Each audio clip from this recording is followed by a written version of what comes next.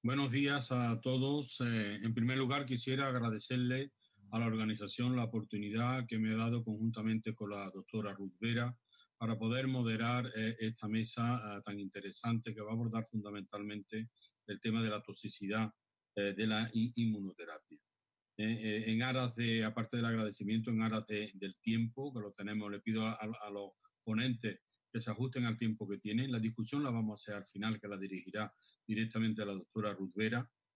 Y sin más, yo paso a presentar al primer ponente, que es el doctor Alfonso Berrocal, miembro de la Asociación de la Fundación ECO y del Hospital General de Valencia, el cual nos va a hablar de melanoma. Alfonso, cuando quiera.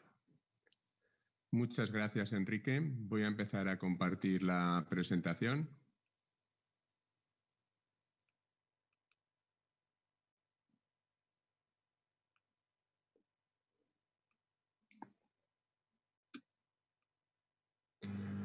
Bueno, yo quería empezar agradeciendo a la Fundación ECO la amabilidad de haberme invitado a participar en este simposio de inmunoterapia, y el tema en el que yo me voy a centrar son los retos de manejo de pacientes con melanoma.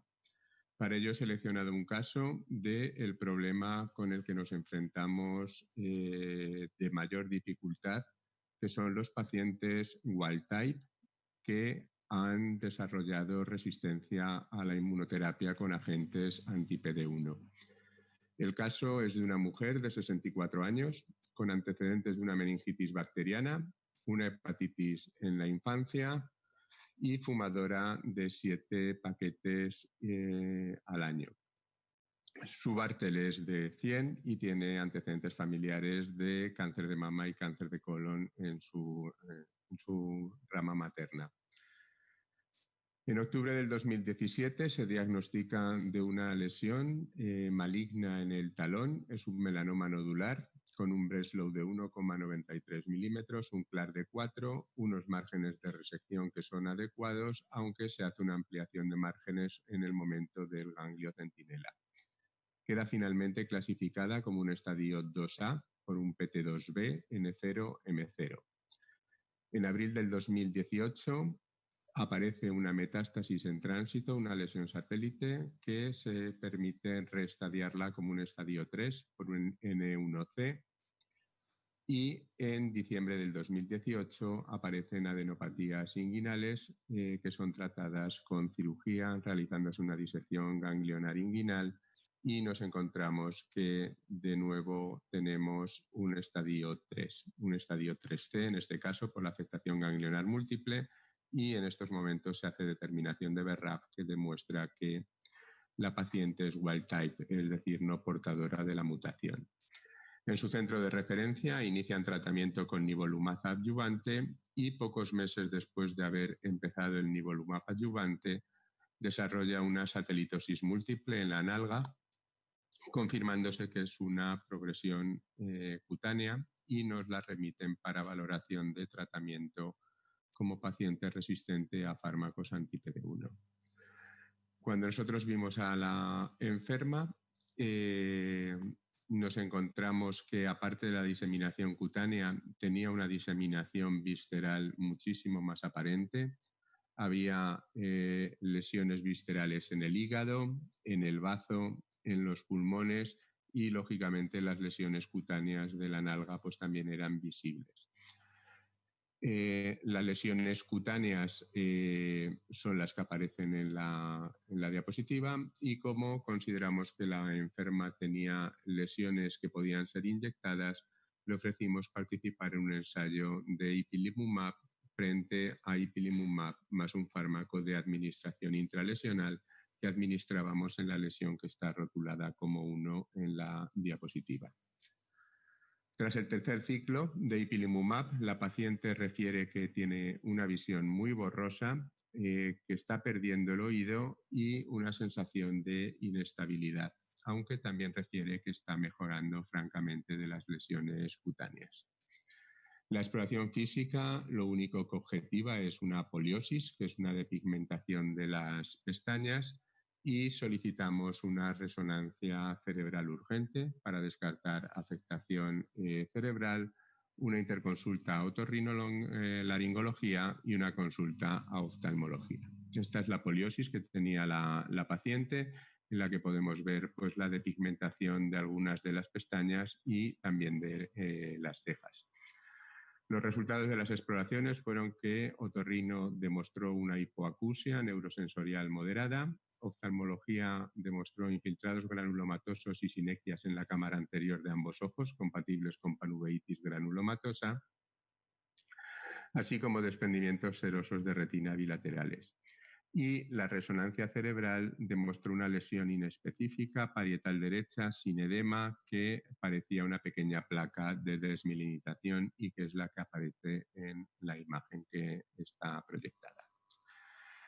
Nos preguntábamos qué le podía pasar a esta enferma y qué hacíamos con ella. Es conocido de todos que ipilimumab puede producir uveitis. De hecho, en los primeros ensayos de ipilimumab, la exploración oftalmológica era rutinaria, pero cuando hacemos la búsqueda bibliográfica vemos que hay una uveitis especial, que es el síndrome de Vogt-Koyanagi-Harada, y nuestra paciente cumple criterios diagnósticos mayores de este síndrome.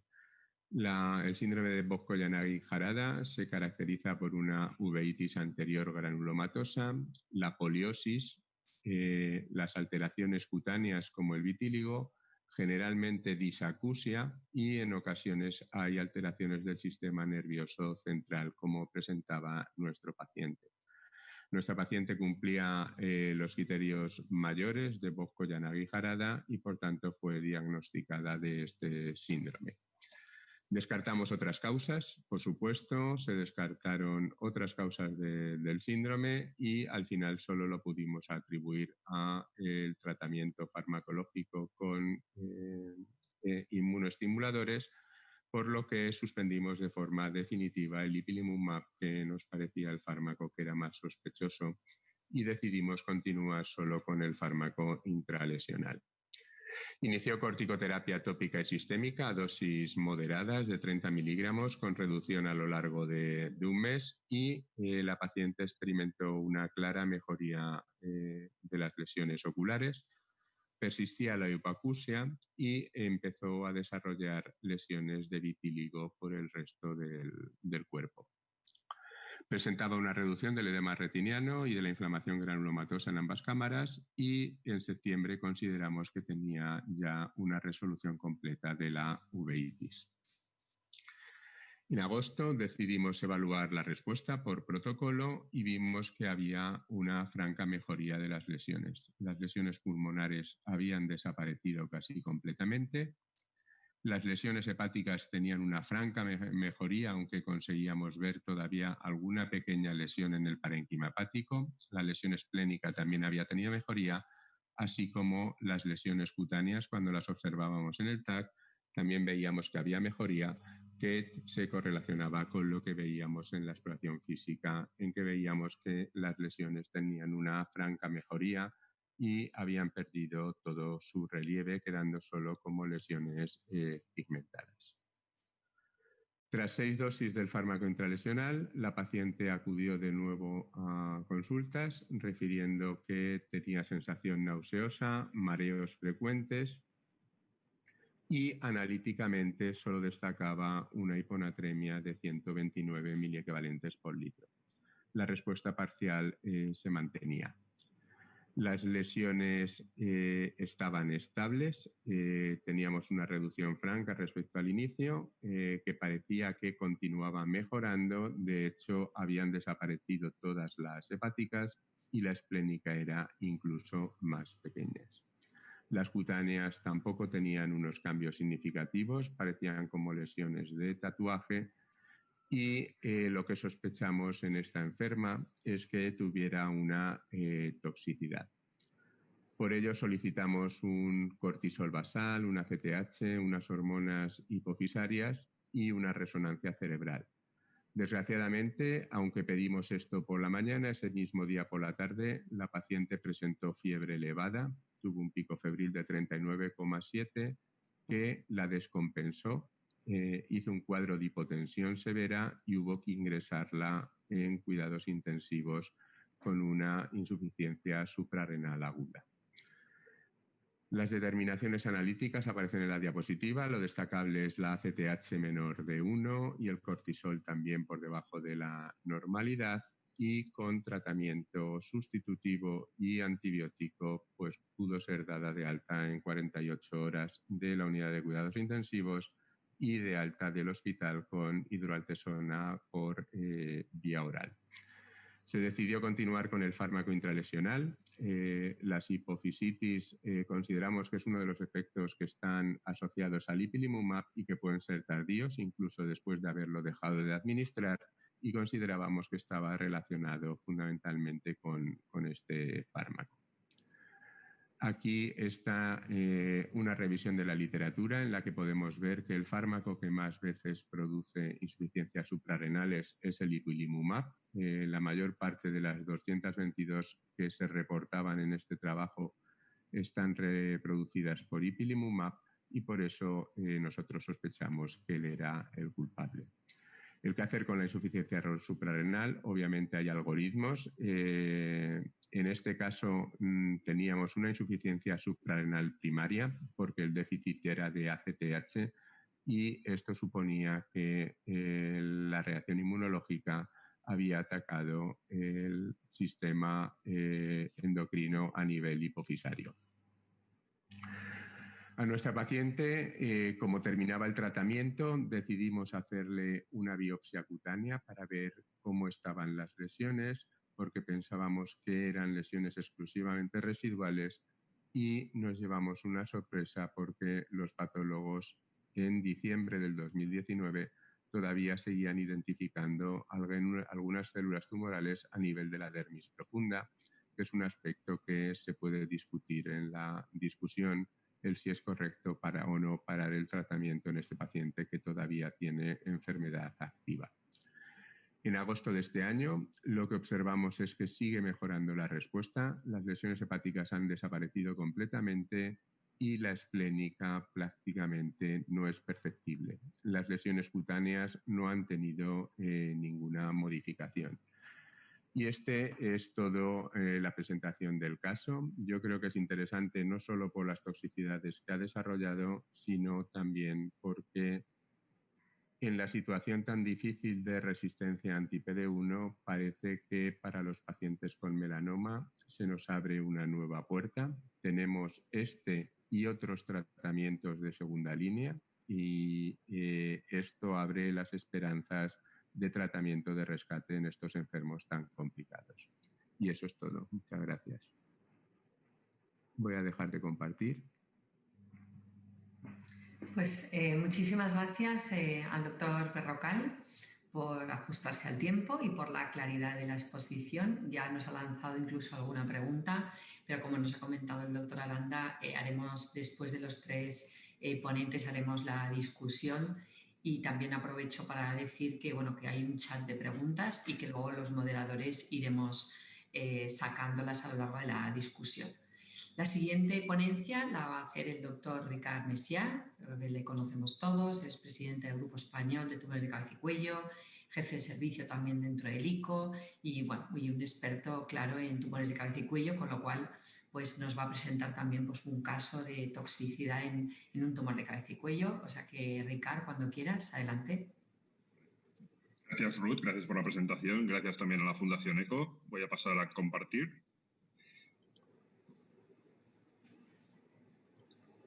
Yo ya la veo. Creo que... ¿Sí? Ok. Me voy a centrar en cáncer de cabeza y cuello. Estos son mis conflictos de intereses. Y se trata de un paciente varón de 54 años de edad con una historia importante de malos hábitos saludables. Era muy fumador y bebía mucho alcohol en el momento de la primera visita. Como antecedentes destacaba una neumonía que había tenido 3 años antes de la enfermedad actual. Las neumonías, muchas de ellas por respiración, es la principal causa de fiebre en pacientes con cáncer de cabeza y cuello y ese antecedente es bastante frecuente y además el paciente había entrado en paro 7 años antes de la enfermedad. La enfermedad se inicia en junio de 2015 en forma de un nódulo cervical en el lado derecho que el paciente se palpa pero lo más llamativo es que en los siguientes días, en los 15 siguientes días, aparece odinodisfagia, la dieta pasa de sólida a semisólida, dolor cervical ocasional, empieza con astenia y empieza a perder peso que no cuantifica. Es típico que nosotros preguntemos en las primeras visitas de cáncer de cabeza y cuello, después veréis por qué, cómo progresan estos síntomas. Este paciente lo catalogamos como un rápido progresor. El paciente presentaba un PS de 1 en este momento. A la exploración se palpaban adenopatías cervicales bilaterales. La mayor era un conglomerado adenopático de 5 centímetros a nivel 3 laterocervical derecho. La nasofibroscopia demostró una lesión en el muro faringolaríngeo, se veía bien, con cuerdas móviles, y se le realizó un TAC cervicotorácico abdominal que demostró la lesión en seno piriforme derecho, adenopatías bilaterales, se veía bien el conglomerado adenopático en el lado derecho, adenopatías bilaterales a nivel supraclavicular y 7 nódulos pulmonares, el mayor de 12 milímetros. El diagnóstico se obtuvo por una punción del conglomerado adenopático y fue carcinoma escamoso. En el análisis que le hicimos en la primera visita destacaba una leucocitosis, leucocitos de 16.700 con unos neutrófilos de 12.000, una LDH elevada y además tuvimos el resultado del PDL1 positivo. Entró en un ensayo clínico, no supimos el valor del PDL1, solo si era positivo o negativo, no el rango que tenía. Y es importante destacar, como he dicho antes, que la infección por neumonía de aspiración como la infección tumoral por la localización del cáncer de cabeza y cuello en una zona de exposición a ambiente externo es muy frecuente y es bastante relevante porque habitualmente en estos periodos de screening utilizamos antibiótico para revertir estas infecciones y eso podría afectar a la respuesta del immune checkpoint inhibitor, lo dejo como un interrogante. Evaluamos el paciente como un paciente con malos hábitos saludables, con estilo de vida saludable, con un ECOG de 1 y se estadió como un carcinoma escamoso de hipofaringe, T2 por una lesión entre 2 y 4 centímetros sin afectación de las cuerdas vocales, N2C por adenopatías bilaterales y metástasis, M1 metástasis a nivel pulmonar y supraclavicular y pusimos esta coletilla en la historia, el paciente está progresando de forma rápida.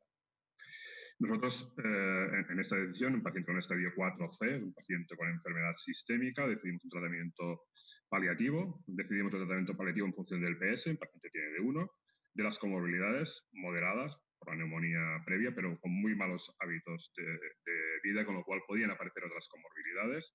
Decidimos en función del volumen tumoral, que en este paciente es enfermedad locorregional y a distancia, gran volumen tumoral, pero sobre todo esta coletilla de rápidamente progresiva. En los pacientes con tumores de hipofaringe no aplica la afectación del virus del papiloma humano, que es solo para orofaringe, y el PDL1 era positivo, pero el rango era desconocido para nosotros porque entró en el ensayo clínico. De hecho, este paciente se incluyó en el estudio Keynote 048, que es el estudio pivotal en primera línea de enfermedad recurrente y metastásico. Como sabéis, compara el esquema clásico de combinaciones con cetuximab, el esquema extreme, versus la misma combinación de quimioterapia más pembrolizumab o pembrolizumab en monoterapia. A este paciente le tocó el tratamiento combinado con quimioterapia, cisplatino fluoracilo, más pembrolizumab y estaba permitido a los pacientes que al menos consiguieran una estabilización continuar con pembrolizumab de mantenimiento. Este es el RECIST según TAC que hicimos en este paciente en los diferentes momentos. Como veis, tenía 3 lesiones medibles a nivel del cuello, la hipofaringe de 23 milímetros y 2 adenopatías, 34 y 20 milímetros, más un nódulo pulmonar de 12 milímetros. Gran volumen de enfermedad con los síntomas que antes he comentado. Y lo que está pasando en las combinaciones de quimioterapia con cetuximab es que rápidamente vemos respuestas, como veis. En la primera evaluación de respuesta hay una respuesta parcial y en la segunda evaluación de respuesta ya entramos en revisión completa del AT.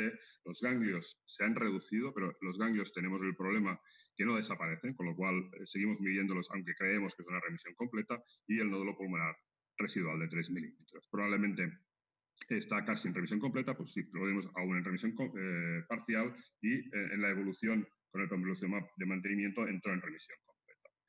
Pero lo característico es la rápida respuesta de síntomas. Con la combinación de quimioterapia e inmunoterapia conseguimos que tras el primer ciclo el paciente se quede asintomático. El problema es que aparecen los síntomas relacionados con la toxicidad de la quimioterapia. De hecho, en este paciente, tras el primer ciclo, empieza con anemia grado 2, que después pasa a grado 3, neutropenia grado 2, que se va repitiendo en cada ciclo, astenia grado 2, pérdida de peso de más del 10%, náuseas, mucositis, y va empeorando la anemia grado 3, requiere transfusión, otra neutropenia grado 3, más astenia y pérdida de peso de más del 10%. Esto es importante porque esa es la típica toxicidad por quimioterapia que vemos durante el tratamiento combinado. Pero el paciente deja de tener toxicidad en el momento que suspendemos la combinación y va a empezar un tratamiento de pembrolizumab de mantenimiento. Esto es para recordar que los síntomas desaparecen de forma rápida. De hecho, a la semana suelen desaparecer los síntomas por el efecto de la combinación. Los adenopatías enseguida también vemos cómo empiezan a responder, y la lesión local, que nosotros tenemos la ventaja de que podemos observarla por nasofibroscopia, desaparece de forma rápida. Por lo tanto, el paciente empezaba con el pembrolizumab de mantenimiento, empezó el 17 de febrero de 2016, y aquí se dieron 3 eventos graves, severos, en solo 4 meses. El primero fue la aparición de una nueva neumonía, de nuevo aparece fiebre, es una neumonía de nuevo aspirativa, se confirma por TAC y broncoscopia, y damos antibióticos. Cuando ya no hay más, le tenemos que dar antibióticos independientemente de que pensemos que puedan afectar la eficacia del anti-PD1. Un mes después hace una adrenalitis grado 3, parecido a la que acaban de presentar. Esta fue solo grado 3 y se resolvió con tratamiento con mineralocorticoides. No llegó a estar en la UCI, pudo seguir el tratamiento, pero 3 meses después hace una nueva toxicidad, en este caso una pancreatitis grado 4 con dolor abdominal, elevación de más de 10 veces de amilasa y lipasa, se acompaña de anemia grado 3 de nuevo, que requiere transfusión. El paciente requiere iniciar tratamiento sintomático. Durante 15 días estuvo con nutrición parenteral, posteriormente se tuvo que colocar una PEC para hacer una nutrición enteral mediante tubo, con un TAC y una gastroscopia normal. El paciente recuperó amilasemia y lipasemia grado 1 en 2 meses, pero estuvo durante varios meses con una amilasa y una lipasa elevada, grado 1, pero permaneció durante varios meses, y en este momento, aparte de que requirió tratamiento con corticoides para revertir el efecto de la pancreatitis, se separó el tratamiento con pembrolizumab. El seguimiento del paciente fue que el paciente se recuperó clínicamente de la pancreatitis, aunque estaba sintomático, permaneció con elevaciones de lipasa y amilasa durante más de un año. No hubo síntomas ni signos de la enfermedad de cabeza y cuello. El paciente recuperó una vida normal, tan normal que se pudo ir de vacaciones. Lo he puesto porque lo tenía en la historia clínica. El paciente se fue de vacaciones a Normandía, que es una idea que tuvo antes de empezar el tratamiento. Si salgo de esto, doctor, me voy a Normandía. Se fue a Normandía. El paciente volvió a comer con normalidad, se pudo retirar el tubo de gastrostomía, no recuperó nunca el peso mejoró un poco a 52 kilos, inicialmente era de casi 60, no mejoró del todo, y el último escáner, que es de hace 3 meses, estaba libre de enfermedad, con lo cual el paciente casi han pasado 5 años, una enfermedad de un crecimiento rápido con una mediana de supervivencia en aquellos momentos calculada de 10 meses, está en 5 años. Estas son las imágenes del TAC inicial. A la izquierda, la columna de la izquierda, se ve la lesión a nivel local en la hipofaringe. Por asimetría se ve perfectamente dónde está la flecha, cómo desaparece con solo 2 ciclos de tratamiento y cómo se reduce el conglomerado adenopático, que es un conglomerado importante, 5 centímetros a la palpación. Se reduce a los 2 ciclos y desaparece después de 6 ciclos. Lo mismo pasa con la adenopatía marcada como T3, que es la adenopatía mucho más baja, ya cerca de la supraclavicular, cómo se reduce y después desaparece, y lo mismo acaba pasando con el nódulo pulmonar, se reduce en 2 ciclos, desaparece después de 6 y desaparece en la actualidad. Y ese es el gran cambio que hemos tenido, ¿no? Sabéis que en estos tratamientos simplemente estábamos utilizando el esquema Al-Sarraf. El esquema Al-Sarraf tiene ya 40 años. Tras 30 años, la adición de cetuximab a la quimioterapia mejora la supervivencia y mejora de forma escasa. De hecho, solo teníamos una ganancia de 2.7 meses con una hazard ratio de 0.8, y esto nos pareció magnífico porque en 30 años no habíamos hecho ningún salto de calidad. Y si ahora hubiéramos evaluado la población general incluida en el ensayo Keynote 048, de hecho el salto es muy parecido, un incremento de 2,3 meses, una hazard ratio de 0,77. Pero, y lo mismo, esto era con la combo, con el pembrolizumab en monoterapia. De hecho, el pembrolizumab solo no demuestra incremento, o sea, no es no inferior, simplemente demuestra que no es superior a la combinación de extremo. pero el estudio no estaba diseñado para la población general, sino que estaba diseñado y tenía una potencia estadística para darnos información en función de las subpoblaciones del PDL1, del CPS mayor de 20, CPS mayor de 1, CPS menor de 1 o toda la población, y eso era tanto para supervivencia global como supervivencia libre de enfermedad. Y primero se evaluaba el CPS de más de 20, si era positivo el estudio, el resultado se evaluaba en más de 1, si era positivo se evaluaba a toda la población. Por eso tenéis en verde los resultados que fueron positivos, los objetivos que fueron positivos, y en rojo los que fueron negativos. Los azules no se evaluaban si el previo era negativo. Y realmente estos son los resultados en función de la subpoblación. Veis el impacto, hazard ratio 0,6, tanto para la combinación como pembrolizumab versus Extreme en los pacientes con CPS mayor de 20. Y para la supervivencia libre de reproducción no hubo diferencias significativas, pero llamaba la atención tanto en CPS más de 20 como CPS de más de 1 esta caída de la curva en los pacientes que recibían pembrolizumab en monoterapia en esta enfermedad. Por eso os decía antes que era tan importante evaluar la supervivencia, cómo progresaba el tumor, porque en estos pacientes sí que con inmunocheckpoint inhibitors en monoterapia podemos tener muertes precoces, y esto es lo que determinaba también el estudio. ¿Qué pasaba en los pacientes con CPS mayor de 1? Pues que el estudio también fue positivo para la combo, sin embargo, no teníamos datos de qué podía pasar en el CPS de 1 a 20, y esto lo requirió la EMA, y realmente con la combo la hazard ratio de 0,6 pasó a 0,7, son pacientes de 1 a 19, CPS 1 a 19, y lo mismo evaluamos con el pembrolizumab en monoterapia, que cuando lo analizamos para la población de 1 a 19, la hazard ratio de 0,6 pasó a 0,86 con un extremo que cortaba el 1, probablemente un resultado con mínimo dudoso. Es un estudio postdoc, pero podría ser dudoso. Y esto es la situación actual. Nosotros en estos momentos evaluamos la primera línea de enfermedad recurrente y metastásica en función de cómo está el paciente, del PS, de cómo está el tumor, cómo crece el tumor, y del PDL1 más de 20. En más de 20 podemos dar, o podremos dar, porque aún no hay precio reembolso, podremos dar pembrolizumab en monoterapia. En pacientes de 1 a 20 preferimos la combinación de quimioterapia y pembrolizumab, y en pacientes con CPS menor de 1 nos estamos quedando con el esquema Extreme, combinación de quimioterapia y cetuximab. Muchas gracias. Voy a dejar de compartir la pantalla. Bien, muchas gracias, Ricard. Pasamos a la última ponencia con el doctor Guillermo de Velasco del Hospital 12 de Octubre de Madrid, que nos va a comentar el manejo de las reacciones adversas en inmunoterapia. Guillermo, cuando quieras.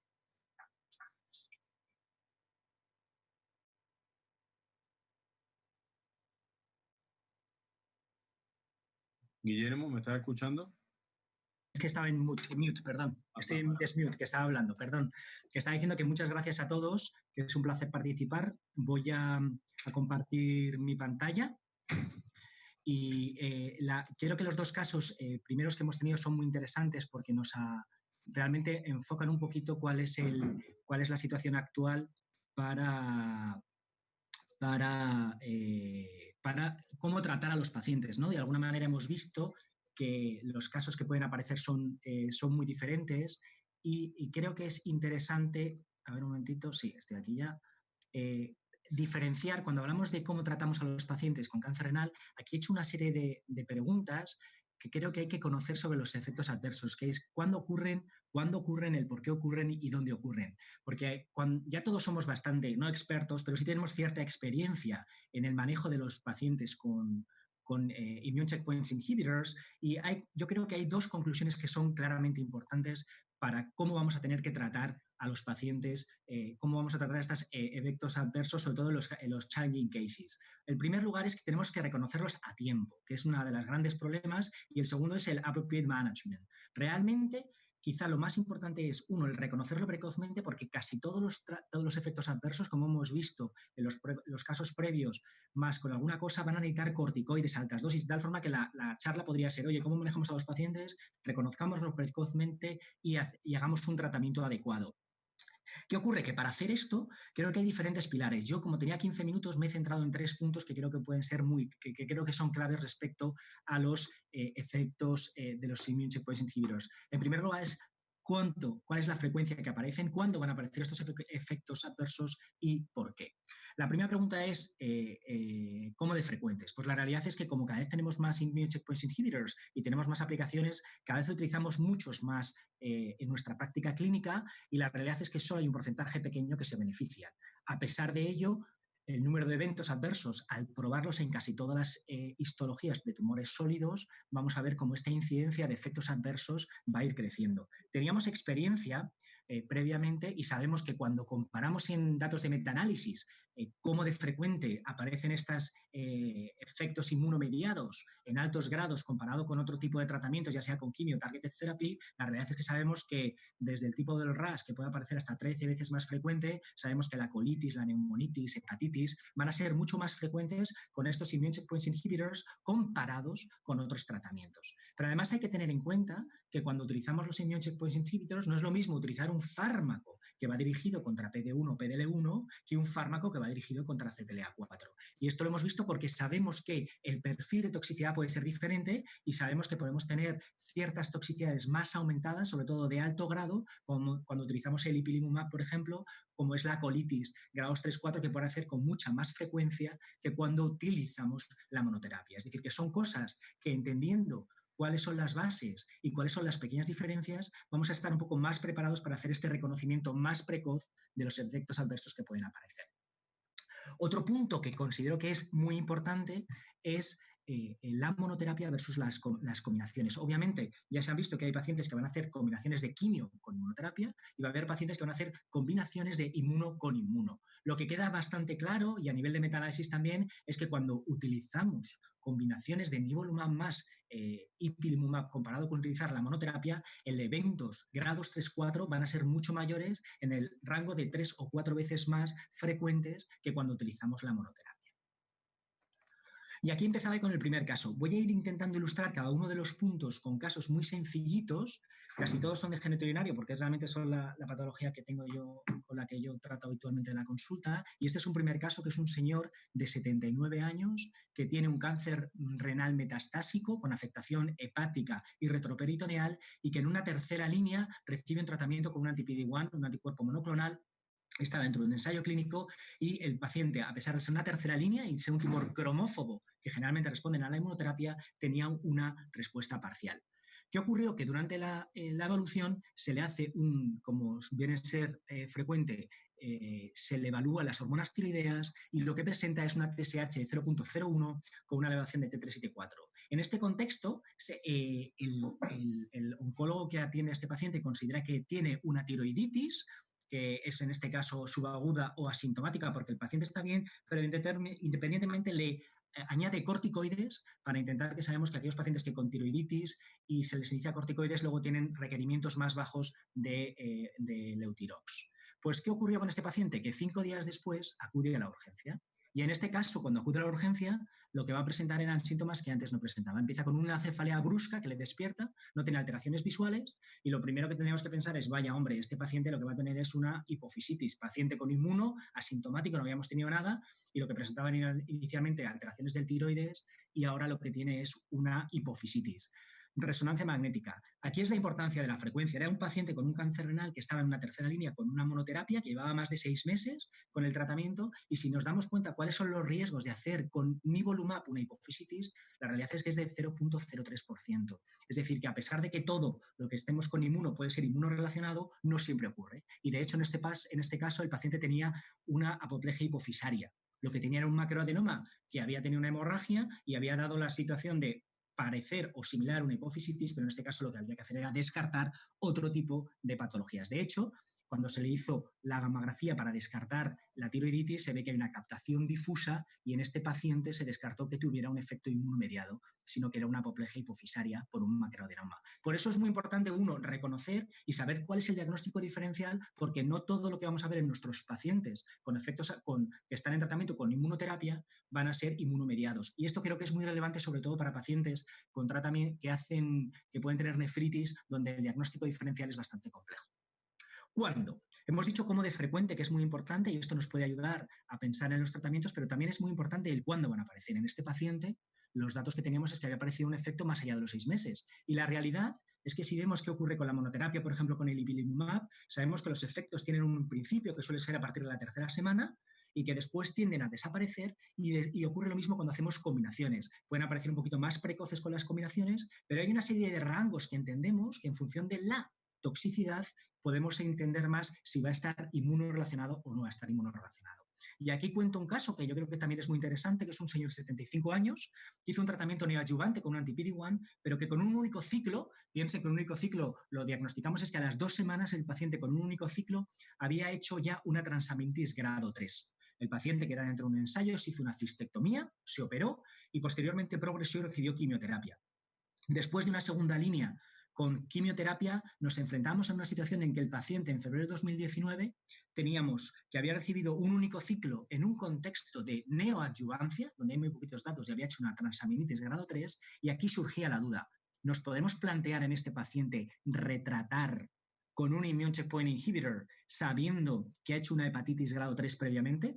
Pues la realidad es que en este caso, como había tan poquitas opciones, nos retratamos a este paciente porque, como bien dicen las guías clínicas, cuando tenemos un grado 4 no se puede retratar a los pacientes, pero en casos de grado 3 con hepatitis nos podemos replantear el rechallenge. Y creo que es más importante cuando hemos estado en diferentes settings, que sabemos que puede ser diferente la neoadyuvancia de la enfermedad metastásica. Este es otro caso que pongo en contexto y es en cuanto al cuándo. Sabemos que hay unos márgenes y, por ejemplo, la hepatitis suele aparecer a partir de la segunda semana. Y este era un señor de 77 años que tenía enfermedad dislipémica y diabetes, que de nuevo con un cáncer renal metastásico hace una primera línea con Sutent, en una segunda línea con Ipinivo desarrolla una colitis grado 3 y posteriormente una hepatitis grado 2 que se resuelve. Y lo que ocurrió con este paciente es que inició, cuando ya estaba resuelta la hepatitis y había vuelto a progresar, inició un inhibidor de tirosina quinasa como era el lenvatinib. Y solo después de 7 días el paciente presenta una hepatitis grado 3 que se convierte en una hepatitis grado 4. Fíjense que al final el paciente llegó a tener transaminasas de más de 1000 con un inhibidor de tirosina quinasa. ¿Qué ocurre? Que estamos acostumbrados al cuando vemos los estudios de los pacientes que han empezado en primera línea o en segunda línea con un tratamiento. Pero una de las cosas que es muy importante y que vamos a tener que tener en cuenta cuando manejemos a los pacientes son las líneas posteriores, porque los efectos secundarios que han podido producir pueden potenciar efectos adversos como la hepatitis. Nosotros hicimos una serie de casos en los cuales veíamos que había patrones de hepatitis que pueden ocurrir con el fármaco, como son inhibidores de tirosina quinasa, que de alguna manera por la inmunoterapia se habían cambiado y aparecían patrones, por ejemplo, más hiperagudos, que hacen más difícil y que hacen plantearnos si tenemos que hacer otro tipo de seguimiento para este tipo de pacientes. Este es otro caso que también creo que es muy interesante, que era un señor de 70 años con un tumor de no célula clara, que estaba en tratamiento en segunda línea, que llevaba ya 10 dosis de tratamiento y estaba a priori en respuesta, cuando empezó a tener cambios con una disartria, sin alteraciones neurológicas, parecía que no tenía edema de úvula, no tenía... Se paró el tratamiento, se iniciaron corticoides, el señor progresaba, cada vez tenía los síntomas peor y lo que ocurrió es que este paciente había desarrollado en solo una semana un incremento de la TSH que había pasado de 10 a 100 en una única semana y ha hecho un hipotiroidismo con un edema bestial de la lengua, solo con un mixedema lingual producido por el hipotiroidismo severo. ¿Y por qué ocurren todas estas cosas? Que quizás lo que nos puede ayudar más a entender cómo vamos a manejar el tratamiento. Pues en realidad sabemos que lo que ocurre es que hay un incremento de la actividad del sistema inmune. Y hay diferentes teorías y, por desgracia, y a pesar de llevar ya casi una década utilizando estos immune checkpoint inhibitors, no tenemos exactamente claro cuáles son los mecanismos. Globalmente decimos, sí, hay un incremento del sistema inmune, por eso a los pacientes los vamos a tratar en primer lugar con corticoides y en algunos casos con inmunosupresores, pero la realidad es que cuando hablamos de una adrenalitis o hablamos de una hipofisitis, no sabemos realmente cuál es el mecanismo que está mediando en estos pacientes y esto puede complicar. Y lo complica porque aquí viene la segunda pregunta que va unida, es el por qué y el dónde. Y el dónde es importante porque uno de los grandes problemas que se plantea es que podemos tener afectación o efectos adversos en cualquier parte o en prácticamente cualquier órgano del cuerpo. De hecho, aquí presentaba un paciente que en este caso en un fase 1 fue un paciente que presentó una artritis asociada a una uveitis.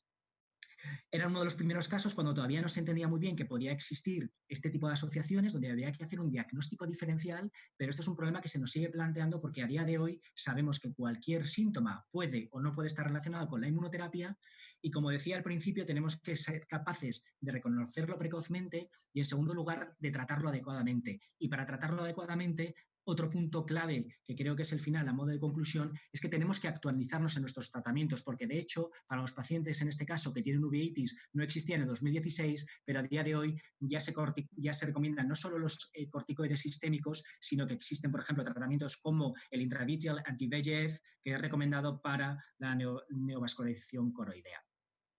Creo que esta era un poquito la idea, que eran las conclusiones que marcaba al principio, que tenemos que hacer dos cosas cuando manejamos a los pacientes con inmunoterapia. Sabemos que unos pocos van a hacer efectos adversos graves y lo más importante es reconocerlos a tiempo y, como había comentado, hacer un buen diagnóstico para hacer un manejo apropiado. Muchas gracias y voy a dejar de compartir mi presentación. Bueno, pues muchas gracias, Guillermo, muchas gracias a los tres, mi enhorabuena y por el tiempo, porque vamos en tiempo, son las 11:30 y tenemos de tiempo 15 minutos para hacer ahora el debate. Lo primero que voy a hacer, voy a ver si han entrado preguntas, que de momento no tenemos ninguna, entonces, bueno, pues empezaremos el doctor Aranda y yo el turno de preguntas, que creo que tenemos bastantes. Pero bueno, voy a empezar yo, si os parece, con algo más general, más que de uno de los casos, y es la correlación entre respuesta, o sea, si es un biomarcador, la toxicidad de respuesta. Voy a empezar por el doctor Berrocal, que quizá a lo mejor con melanoma es donde primero tenemos datos y luego podemos ver si esto es real, si podemos decir ya que sí con todos los efectos secundarios en todos los tumores. Bueno, a ver, Alfonso, ¿qué nos puedes comentar sobre esto? Bueno, la experiencia en melanoma empezó con ipilimumab. Ipilimumab es un fármaco que sabíamos que tenía una clara relación dosis-respuesta, es decir, el beneficio era clarísimamente dependiente de la dosis de ipilimumab que asociábamos, pero también la toxicidad. De forma que las dosis más elevadas de ipilimumab se asociaban a mayor toxicidad. Y se consiguió establecer una relación entre aparición de toxicidad y posibilidades de aparición de respuesta. Con los fármacos anti-PD1 esta correlación no la hemos conseguido demostrar. Hay algunos estudios retrospectivos que orientan a que puede haber algún tipo de relación entre aparición de toxicidad y desarrollo de respuesta. Esto creo que ya está establecido en los pacientes con cáncer de pulmón, pero yo creo que es más difícil encontrar esta correlación toxicidad-respuesta en los fármacos anti-PD1, posiblemente por su baja incidencia de toxicidades. Solo hay un 10% de toxicidades grado 3 o superior, que está muy por debajo de las respuestas que esperamos en este tipo de pacientes. Y por eso creo que es muy difícil poder demostrar esta asociación, aunque aparentemente existe. Bien, hay una pregunta que, si continuando con el valor de la toxicidad como marcador de respuesta, que si hay diferencia o puede haberla en función del tiempo en que aparece la toxicidad o incluso del grado de toxicidad que aparece. Yo desconozco si hay diferencias en este sentido. En melanoma sí que tenemos la experiencia de la combinación, que es la de IPI más NIPO, que es el esquema que tenemos de mayor toxicidad. En este caso, la mayor parte de las toxicidades severas ocurren durante los primeros meses, durante la fase de inducción, en que el tratamiento es combinado, y sabemos que pacientes en los que hubo que detener ese tratamiento han mantenido las respuestas a pesar de la interrupción precoz y el desarrollo precoz de la toxicidad. Entonces, yo creo que cuando aparecen toxicidades de forma precoz, parece que sí que sabemos que los pacientes pueden mantener la respuesta y mantener el beneficio, pero desconozco acerca de toxicidades tardías si tienen algún significado para la respuesta. En cabeza y cuello es más o menos parecido, ¿no? También tenemos esa sensación, pero es una sensación porque es muy difícil, como dice Alfonso, saberlo mediante estudios, porque realmente los pacientes que progresan de forma rápida, y nosotros tenemos un porcentaje de 1/3 de los pacientes que progresan en la primera evaluación de respuesta a estos, no tienen tiempo de hacer toxicidad, con lo cual no sabes si es que realmente no hacen toxicidad y no responden o realmente si hubiéramos seguido tratando lo hubieran hecho, ¿no? Yo creo que es complicado que alguna vez acabemos sabiéndolo, es complicado. De todas formas, yo creo que aquí en este tema hay dos puntos que creo que son claves. El primero yo lo ha mencionado Alfonso, que creo que es la idea que hay pacientes que desarrollan enfermedades de toxicidades grados 3-4 que tienen que discontinuar el tratamiento y da igual porque mantienen una muy buena respuesta a lo largo del tiempo. Y en segundo lugar, que creo que cambia un poquito el paradigma de los tratamientos que estábamos utilizando, algunos como yo, por ejemplo, utilizo mucho los inhibidores de tirosina quinasa, es que hay pacientes que no tienen que tener toxicidad absoluta para tener unas respuestas espectaculares. Que esto es muy bueno y que esto cambia el paradigma, porque hasta ahora era, no pasa nada, pero tenga usted diarrea, que puede que esto esté asociado con la respuesta. Ahora hay muchos pacientes que no tienen ningún efecto secundario y que desarrollan respuestas duraderas, incluso respuestas completas a los tratamientos con los nuevos fármacos, que creo que es bastante paradigmático. Y lo que sí puede suceder es que los pacientes que paras el tratamiento por toxicidad, sí que sea suficiente ya el tratamiento utilizado y no tengas que seguir, ¿no? Como el caso presentado yo, sí. Muy bien, gracias. Enrique, yo creo que tú tenías también alguna, ¿no? Yo tenía, porque hay una cosa, yo creo que hablamos de toxicidad de la inmunoterapia y de manejo de la toxicidad de la inmunoterapia. Pero realmente esto es así porque, como ha dicho Guillermo, no sabemos exactamente lo que pasa. Sabemos que se activa el sistema inmune, pero mi pregunta es, ¿realmente podemos hablar de toxicidad de la inmunoterapia? ¿O hay que hablar, profundizar un poquito más en una toxicidad de fármaco, una toxicidad de combinación o exactamente, porque no sé, yo creo que hay un paraguas tan amplio la toxicidad de la inmunoterapia que yo creo que se nos escapa por todos lados. No sé qué pensáis en ese sentido. Hombre, yo creo que... El caso... Sigue. Yo creo que lo ha contestado Guillermo. La toxicidad inmunorrelacionada se diagnostica una vez se descartan cualquier otra causa potencial de estar produciendo estos síntomas. Confirmación la podríamos tener mediante las biopsias de los órganos y demostrando la infiltración linfocitaria, que es la que nos daría el mecanismo de inmunorrelación de forma definitiva. Pero para todos los demás casos lo que hacemos es por descarte. Y siempre hay que pensar que hay que descartar otras cosas antes de atribuirlo a la inmunoterapia. Pues, Alfonso, mi pregunta es que si realmente podemos hablar globalmente de manejo de la toxicidad de la inmunoterapia, o hay que profundizar más según el esquema, según los fármacos, según la combinación, etcétera. Esa es mi pregunta, más que lo que... Yo estoy convencido de que cada fármaco tiene su perfil de toxicidad y nosotros que hemos manejado mucho ipilimumab, aparte de los anti-PD1, los perfiles, los patrones de toxicidad son radicalmente distintos. Entonces, no se debe hablar de toxicidad inmunorrelacionada, sino de toxicidad por fármaco específico, porque va a tener patrones distintos. Por órganos que se afectan con mayor frecuencia y por temporalidad, que no ocurren en el mismo momento las toxicidades. Pero, Alfonso, ¿la cantidad de inflamación producida para cada uno de los fármacos es diferente? Cuando miráis citoquinas, ¿cambian los niveles en función del fármaco? No. No me lo sé. No, creo que no. Yo creo que no. Bueno, yo no sé... Perdona, Ru, que no será lo mismo utilizar dos fármacos inmunoterápicos que quimio e inmunoterapia. Evidente. ¿No? Yo, a raíz de esta pregunta que ha abierto Enrique sobre ya el manejo, voy a dirigirla un poco a Guillermo, pero luego cualquiera que pueda contestarla. En general, nuevamente, cuando a partir de un grado, la recomendación es empezar con corticoides. 1 miligramo kilo, incluso 2 miligramos kilo. Eso es una dosis muy alta de corticoides, ¿no? Estamos empezando a ver efectos secundarios de pacientes por los corticoides. en otro tipo ¿no?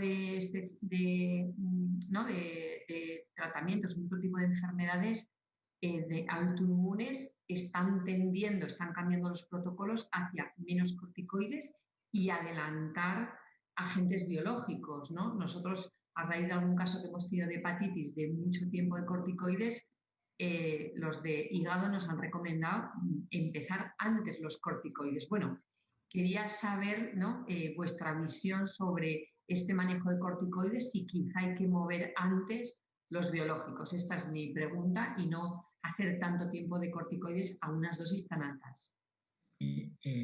Yo creo que la realidad de por qué están hechas las guías con corticoides no es porque yo creo que un paso fundamental es que como oncólogos nos vemos muy cómodos utilizando corticoides independiente de la dosis, ¿no? Nos da igual poner 1 miligramo kilo que 2 miligramos kilo, y estamos muy acostumbrados a haber utilizado corticoides durante mucho tiempo para manejar a nuestros pacientes para muchos otros síntomas. Entonces yo creo que esa es la razón una por la cual lo utilizamos.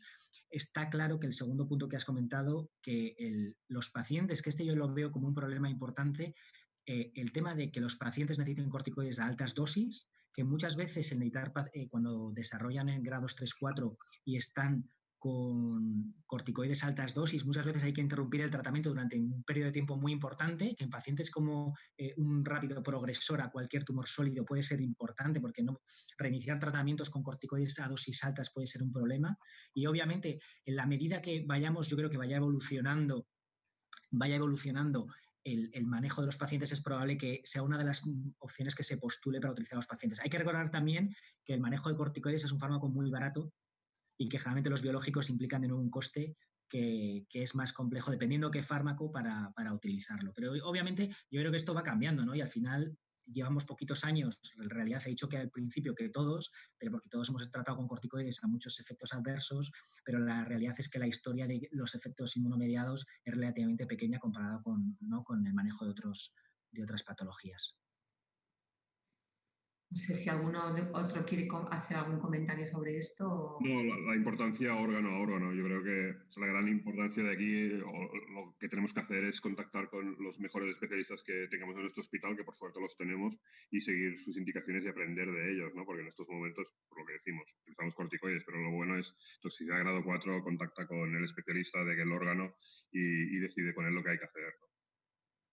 Yo comentar que quizás también, por lo que yo he visto del desarrollo, los algoritmos para el tratamiento de las toxicidades inmunorrelacionadas se desarrollaron con ipilimumab allá por el 2008 y desde entonces no se han modificado.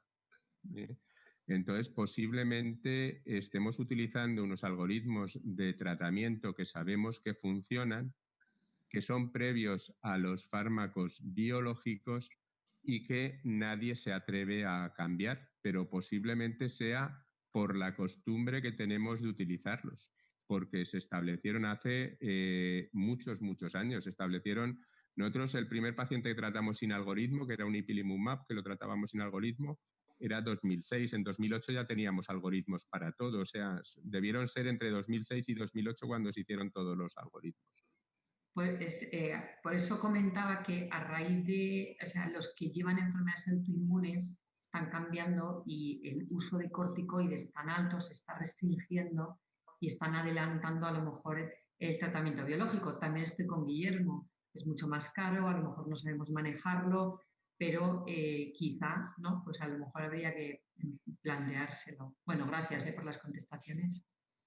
No sé, Enrique, ¿tú tienes alguna cuestión más o hay alguien más del chat? No, en el chat no hay nada. Yo lo único muy rápido, porque estamos casi en tiempo, es si realmente hay algo que nos permita prever el enfermo que va a ser más toxicidad, que yo creo personalmente que no, pero no sé si conocéis algo que nos diga, bueno, este subgrupo de pacientes tiene más papeletas de hacer A o hacer B, no sé. Pues hay varios estudios que se han hecho, ¿no? Con citocinas, diferentes HLA, pero la realidad es que no hay nada lo suficientemente sólido que podamos utilizar a día de hoy para saber que el paciente va a hacer más o menos toxicidad con los inhibidores de PD-1 o con anti-CTLA-4. Muy bien. Ricardo o Alfonso, ¿algún comentario más antes de cerrar?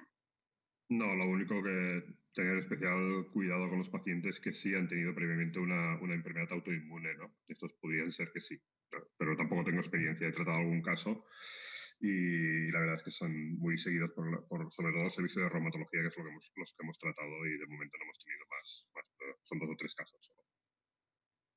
Vale, pues bueno, pues entonces yo creo que íbamos en hora.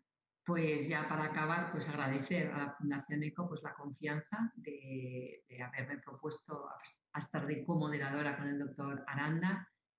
Una sesión, la verdad que muy interesante, un campo amplio también de, ¿no? Nos falta muchísimo conocimiento todavía sobre por qué, las preguntas que nos hacía Guillermo, ¿no? De por qué, cuándo y cuál es el manejo. Y muchísimas gracias a todos, a los ponentes y, por supuesto, a la audiencia que está conectada. Pues buenos días.